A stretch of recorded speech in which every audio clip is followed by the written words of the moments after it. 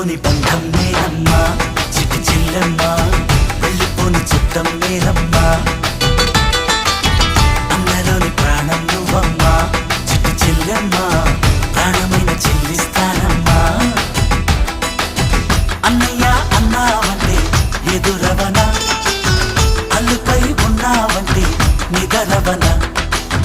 కలలే కన్నావంటే నిజమై ముందుకి రానా కలపై ఉన్నావంటే కథనవన అమ్మలో ఉండే సగం అక్షరం నే